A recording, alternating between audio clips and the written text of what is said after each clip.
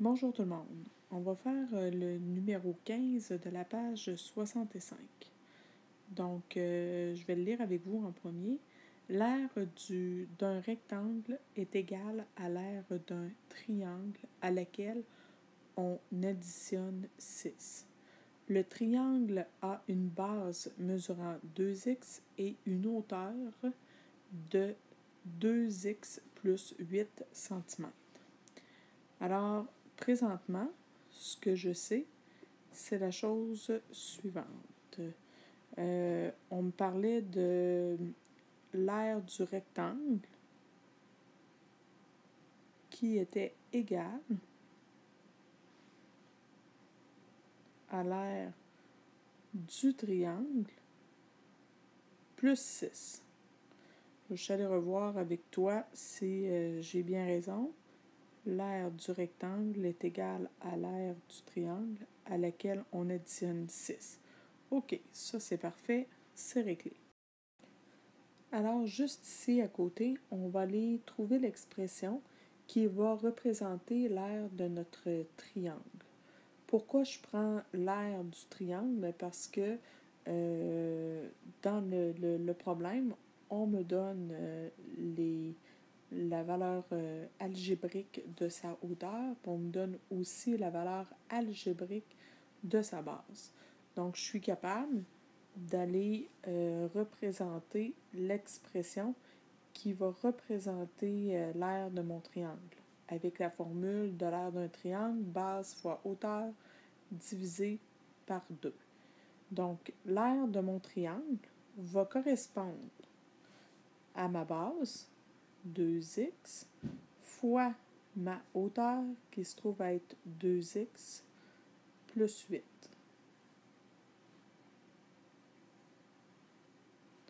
Divisé par 2. Alors, ici, il ne faut pas que j'oublie que je dois distribuer mon 2x sur ma parenthèse en premier. Donc, 2x fois 2x, 4x2, et 2x fois 8, ça me donne 16x. Tout ça divisé par 2. Alors, chacun de mes termes se divise par 2. Donc, 4x2 divisé par 2 me donne 2x2 et 16x divisé par 2 me donne 8x. Alors voilà, je viens de trouver l'expression qui représente l'aire de mon rectangle, de mon triangle, excusez-moi. Je vais aller le remplacer à ma gauche pour savoir quelle sera l'expression qui va représenter l'aire de mon rectangle. Donc, 2x2 plus 8x se trouve à être l'aire de mon triangle. Puis, on me disait que si j'ajoutais 6, je retrouvais ainsi l'aire du rectangle. Ce qui me reste à faire pour répondre à la question A, c'est de factoriser mon trinôme, puisque on me demande de trouver une expression algébrique pour exprimer les dimensions que peuvent avoir ce rectangle. Donc, on n'oublie pas que l'aire d'un rectangle se trouve à être base fois hauteur. Donc, ma base et ma hauteur représentent deux facteurs. Alors, si je m'en viens factoriser toute mon expression que je viens de trouver, j'aurai justement l'expression algébrique qui représentera ma base et l'expression algébrique qui va représenter ma hauteur. Alors là, je suis rendue à factoriser. Fait ici, dans ce que j'ai encerclé en vert, faut que j'aille choisir la meilleure des méthodes. Fait qu'on n'oublie pas, c'est quoi la méthode qu'on doit utiliser en premier?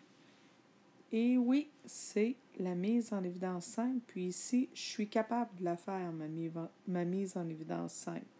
Donc, je suis capable de la faire puisque entre 2, 8 et 6, il y a 2 qui est commun.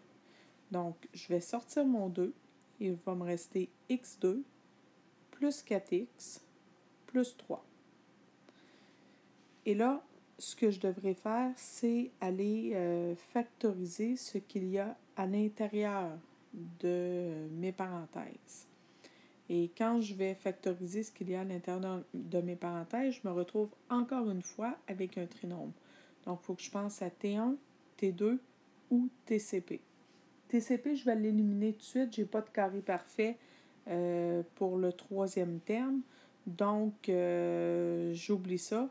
Et T2, ben, j'aurais pas besoin parce que devant mon X2, j'ai un 1. Donc, je peux utiliser ma T1. Fait que je vais aller utiliser T1. Je vais aller utiliser T1. Puis, je vais aller écrire T1 ici, somme, qui est la valeur de mon B, et P, qui sera la valeur de mon C dans ma T1. Donc, ici, la valeur de mon B est 4, la valeur de mon C est 3. Donc, 3, pas beaucoup de facteurs, pas beaucoup de choix. J'ai 1 et 3. Heureusement que 1 fois 3 me donne 3 et que 1 plus 3 me donne 4. Excellent. Et comme je vous ai toujours dit, quand on est capable de transformer ça pour avoir une T1, c'est vraiment génial parce que le gros du travail est fait et que tout ce que j'ai à faire, c'est faire mes deux parenthèses x plus 1 et x plus 3. Si j'avais utilisé une T2, à partir de cette étape-ci, je serais arrivée probablement sensiblement à la même chose. Je serais arrivée exactement à la même chose si je réduis mes facteurs au maximum. Là, il y aurait peut-être quelque chose qui pourrait peut-être vous embêter. Vous allez me dire, oui, mais Annie, là, j'ai 3 facteurs. Tu as 3 facteurs. Tu as 2, tu as x plus 1 et tu as x plus 3. Et pourtant, dans l'aire du rectangle que j'ai juste ici en haut, j'ai seulement un B et une hauteur. Donc, il me semble que c'est bizarre un peu puisque j'ai 3 facteurs en bas et que tu me dis que dans ma formule, j'en ai seulement 2. Alors moi, ce que je te réponds, c'est que tu vas avoir 2 réponses possibles. Donc, il y aura 2 réponses possibles.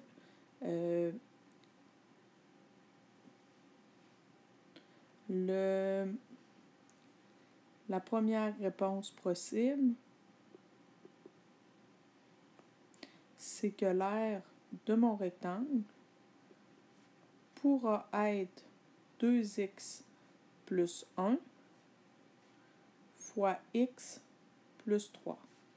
Et ma deuxième réponse possible pourra être l'aire du rectangle est égale à x plus 1 et 2x plus 6.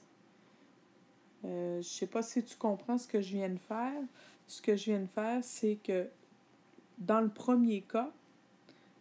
premier cas ici, ce que j'ai fait, c'est que j'avais mon 2 devant mon x plus 1 et j'ai distribué mon 2 sur la première parenthèse, ce qui m'a donné mon 2x plus 2. Oups, je viens de voir que j'ai fait une erreur juste avant. Donc, j'aurais dû distribuer mon 2 sur les deux et je ne l'ai pas fait. Je vais aller me corriger ici. Donc, x plus 3. Et dans la deuxième réponse, ben là, tu devines ce que j'ai fait. Ce que j'ai fait, c'est que j'ai laissé mon x plus 1 ici.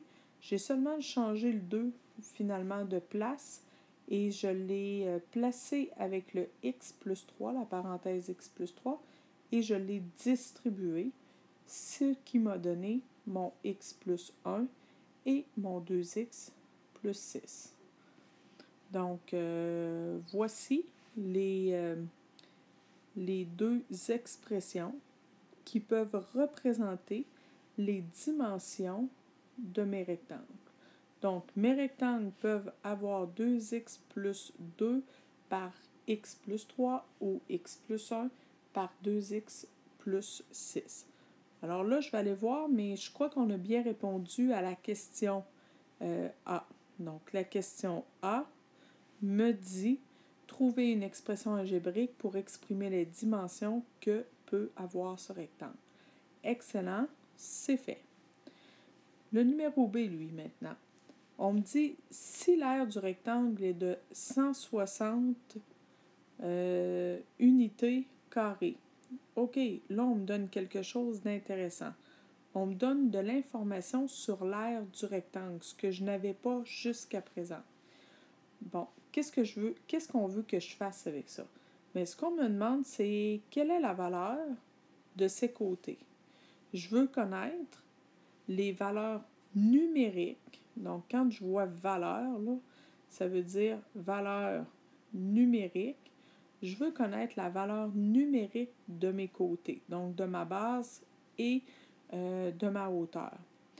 Ce que je vais faire, c'est que je vais aller remplacer l'aire du rectangle par 160 unités carrées. Bon, on parle d'unités carrées ici. Pourquoi?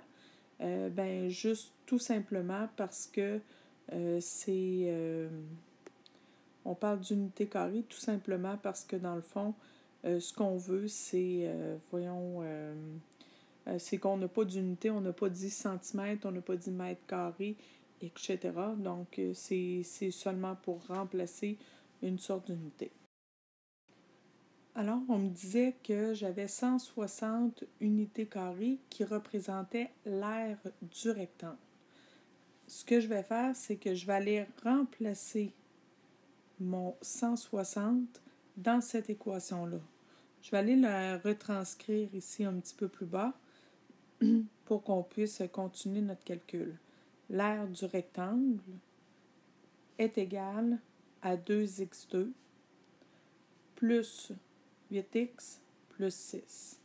Donc, l'aire de mon rectangle vaut 160, 2x2 plus 8x plus 6.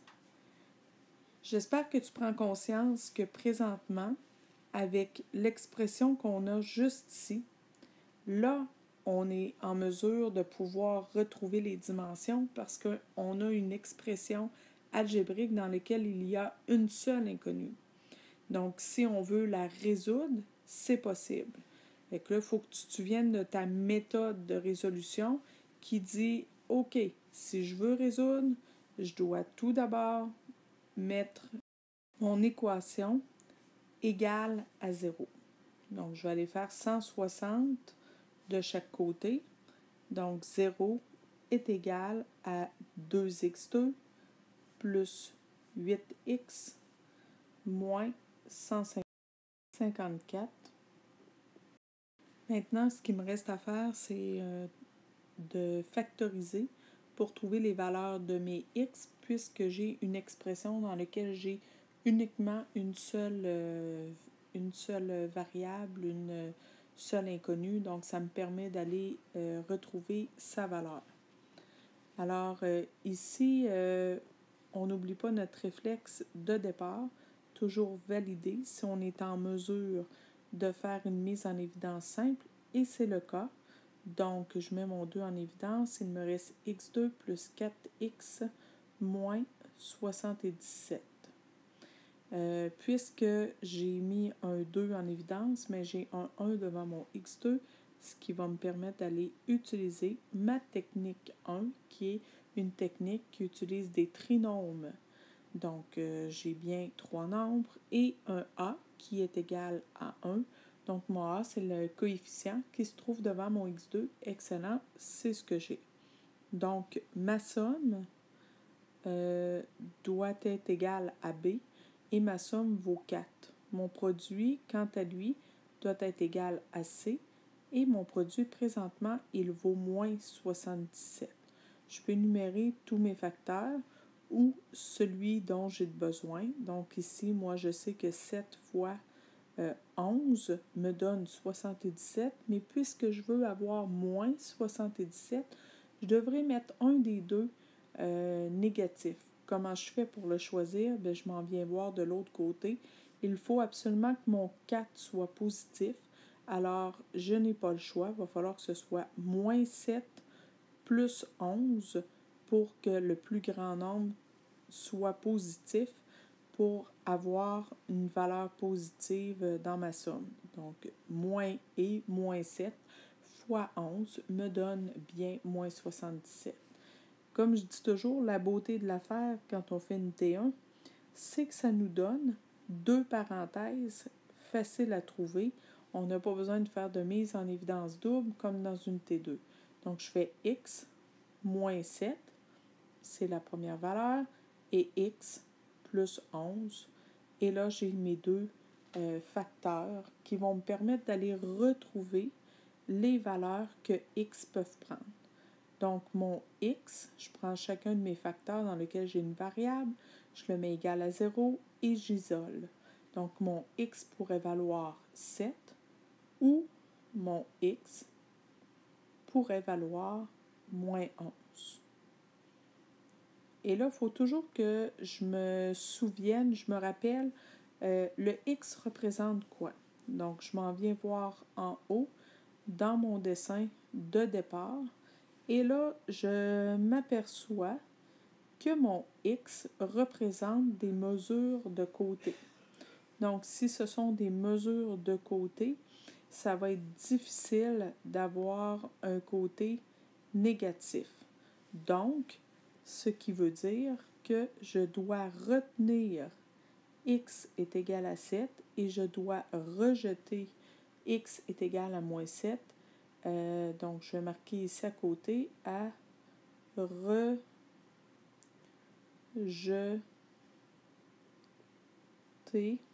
car côté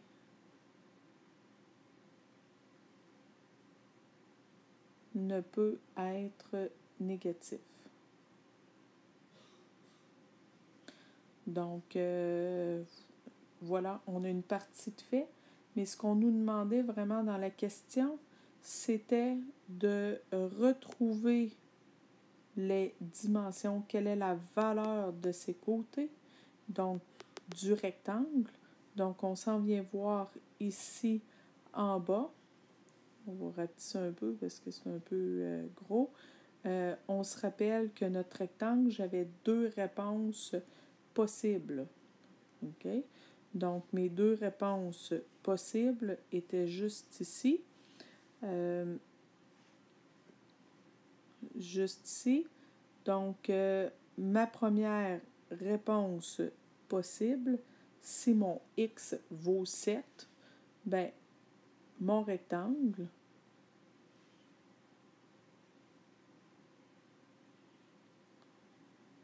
l'aire de mon rectangle qui est égal à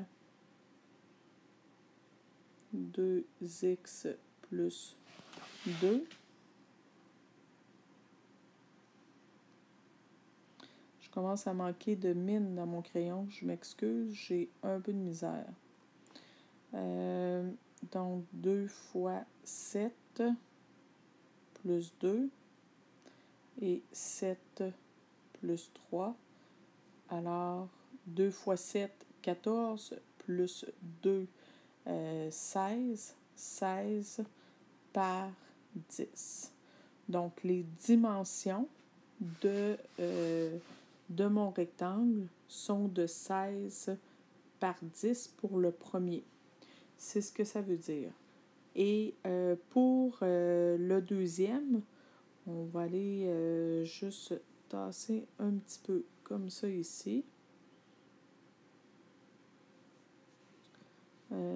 Pour mon deuxième, l'aire du rectangle est égal à x plus 1 fois 2x plus 6, x plus 1 fois 2x plus 6,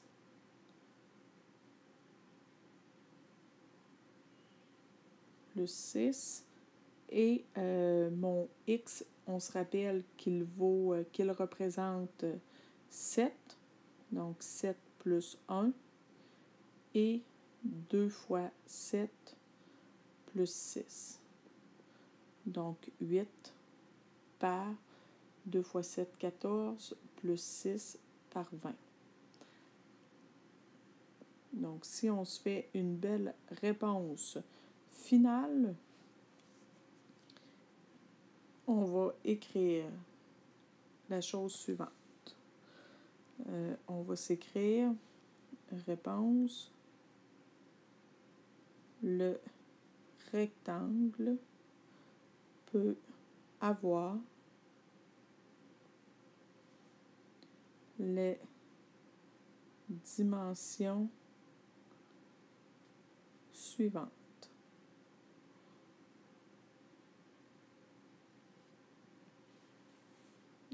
16 unités par 10 unités, ou encore